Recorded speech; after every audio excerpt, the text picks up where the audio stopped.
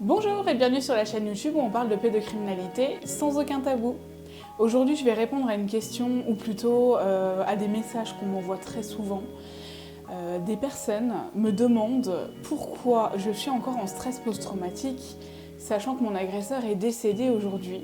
Et en fait, pourquoi je refuse d'oublier ce qui m'est arrivé. Et certains m'accusent même de garder mon agresseur en vie par rapport à tout ce que je fais. Je vais d'abord répondre, vous allez beaucoup entendre Pixel, là vous voyez sa petite queue. Je vais répondre à la dernière affirmation, donc que je fais vivre mon agresseur à travers mes vidéos, à travers mon combat, etc. Mon combat n'est pas fait pour faire vivre mon agresseur, mais simplement pour, entre autres, faire reconnaître ce que j'ai vécu. Alors là, elle touche à mon micro, donc si vous entendez des bruits, désolé.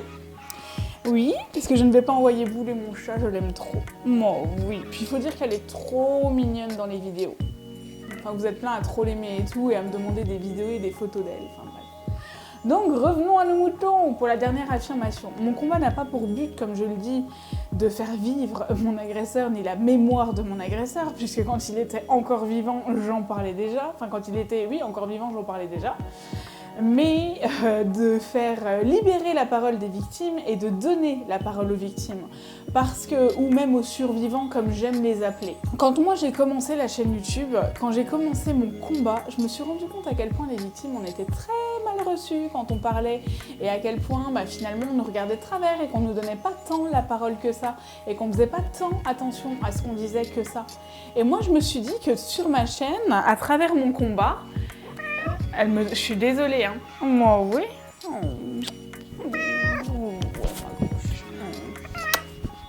Voilà. J'ai décidé de répondre à cette dernière affirmation.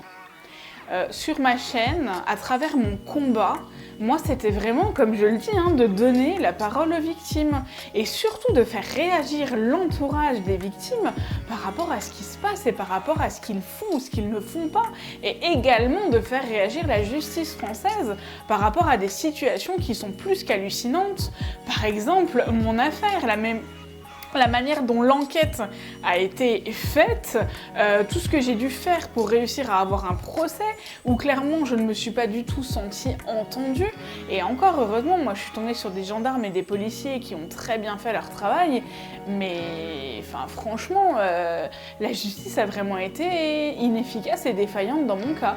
Et je tiens à le dire, et le problème c'est que je ne suis pas un cas isolé, d'où mon combat. Je trouve ça hallucinant de m'accuser de faire vivre la mémoire de mon agresseur à travers mon combat, parce que ce n'est pas du tout mon agresseur, entre autres, qui est visé dans tout ce que je fais, loin de là, même si je me suis permise de faire une vidéo pour son deuil, mais cette vidéo, j'avais juste besoin aussi de dire ce que j'avais sur le cœur, et besoin aussi de dire aux victimes que vous avez tout à fait le droit de dire ce que vous avez sur le cœur.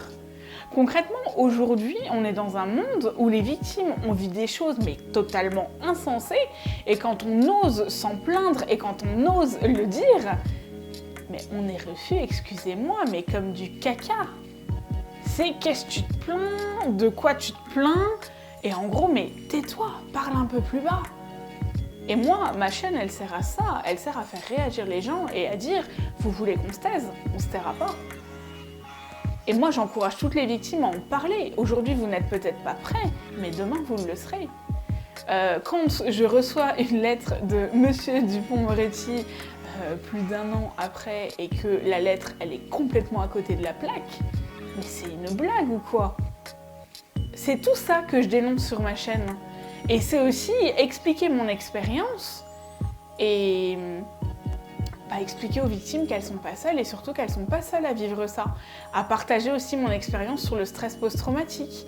Il y a beaucoup de choses, mais ne m'accusez surtout pas de faire vivre la mémoire de mon agresseur, parce que c'est absolument pas le cas. D'ailleurs, je parle quand même relativement peu de l'identité de mon agresseur sur ma chaîne YouTube. Enfin bref. Pour la deuxième chose, le stress post-traumatique fait que de toute façon, je ne peux pas oublier ce qui m'est arrivé. Et que même quand je le souhaite, la paralysie, je sais, je vais vous faire une vidéo là-dessus, mais la paralysie du sommeil fait que mon agresseur, il est dans ma tête, il est là la nuit.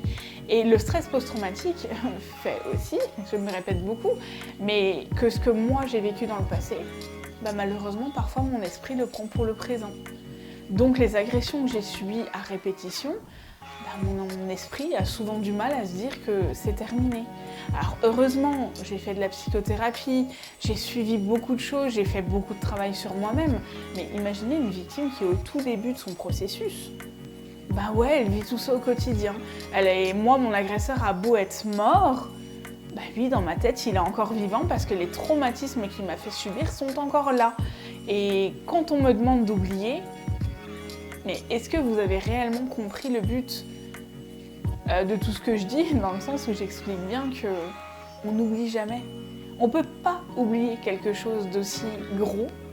Et je me permets de faire cette vidéo parce que si vous êtes victime et qu'on vous dit la même chose, qu'à chaque fois que vous en parlez, vous faites revivre ça, qu'en fait vous voulez absolument en parler pour expliquer votre histoire et que de toute façon, si on s'en souvient, si ça met mal à l'aise, c'est de votre faute. Mais absolument pas, c'est votre agresseur qui vous a fait ça, c'est de sa faute à lui.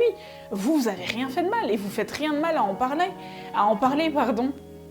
Et vraiment, vous pouvez continuer de m'envoyer des messages comme ça ou autre, je n'arrêterai pas au passage.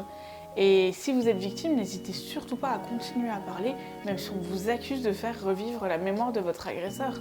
Non, moi ce que je fais revivre, et surtout ce que je tiens à préciser, et ce que je tiens à faire reconnaître, c'est tout ce que j'ai vécu, et qu'on ne peut pas piétiner ça parce que mon agresseur est décédé.